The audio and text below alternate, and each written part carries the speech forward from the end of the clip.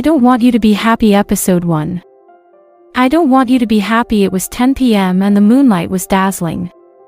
Room 101, on the top floor of Hotel Waverick, Seattle, was pitch black, and there was the faint sound of breathing. Mitali Davidson opened her eyes, but the world before her was so muddled that she couldn't see clearly. Her body felt strange, as if it had caught fire and she was burning alive. Someone seemed to be lying on top of her, pressing down, but no matter how much she struggled to push him away, he remained motionless. Her mind was a mess and she couldn't think straight. She only vaguely remembered that the previous night she had welcomed her fiancé back from his travels abroad, and then because she was so happy and drunk, she had been brought to her stepsister's room to rest.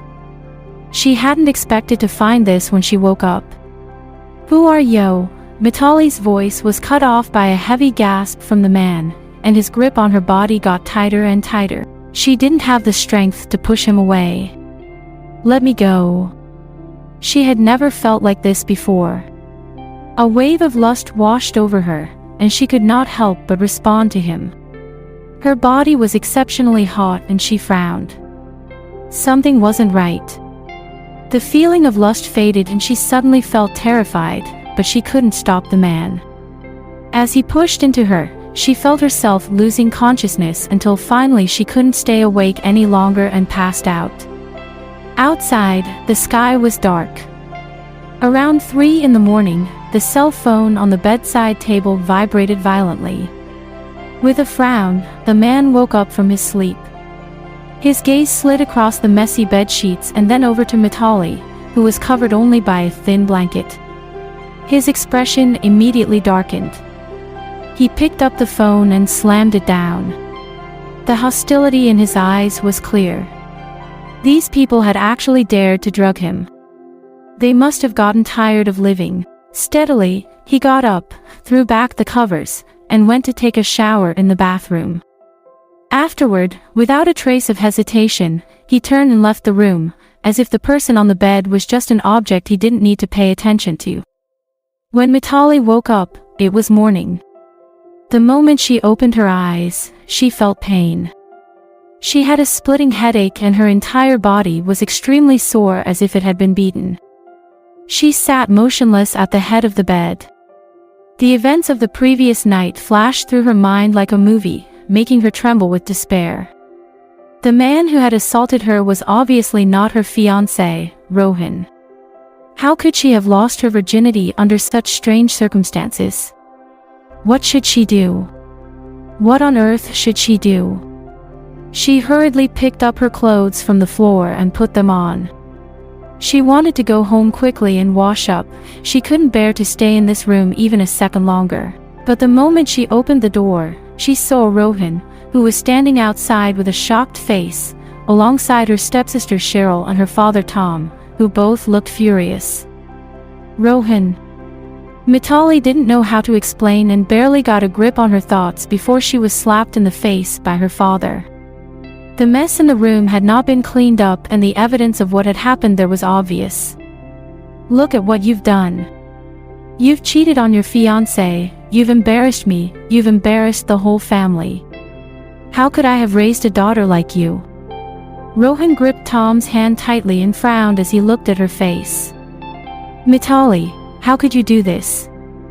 "No, no." She shook her head with all her might, trying to clasp his hand, afraid that he would leave. "I was drunk last night. I only came back to the room to rest." She suddenly looked at Cheryl, who was standing in front of her with wide eyes. "You did this, didn't you? You were the one who brought me back to the hotel last night, to this room. Why did you do this to me?" When Cheryl heard this, she looked wrong. "I don't understand what you're saying. I did no such thing." "You didn't." Mitali growled as her anger reached its peak. "Then how did I end up in someone else's room? Why would that man?" "Enough." Rohan interrupted her with a loud shout as if he didn't want to hear any more. "You want to blame someone else for what you've done?" He looked at her coldly. "I only left for 6 months and you're already this desperate. Did you really have to climb into someone else's bed? Mitali hugged her arm in panic as tears rolled down her cheeks and dripped onto the carpet. She couldn't believe Rohan was saying these things. They had been together for 3 years and were about to get married. Rohan, she said in a low voice, practically begging as she looked at the resolute man in front of her. Please believe me. Don't say any more, just listening to you disgusts me. With a look of pure disdain, he turned around and strode off down the corridor. The engagement's off. I don't want to see you again. His words were like a sharp knife stabbing straight into her heart. Despair slowly spread through her and was on the verge of spilling out. It was so painful that she could no longer breathe. Rohan. She staggered after him, but her father grabbed her by the arm and shoved her to the floor. Mitali, you're no longer part of this family. From this day on, you're not my daughter. She was stunned. After they left, her head was in shambles. She didn't even know how she made it home, but by the time she did, her belongings were already packed and left by the door. Tom had even booked a plane ticket for her, and he told her to pick up her stuff and leave the country immediately. Mitali, are you all right? She was in a daze as she lowered her head to pick up her things. Kiali walked down the steps at a leisurely pace.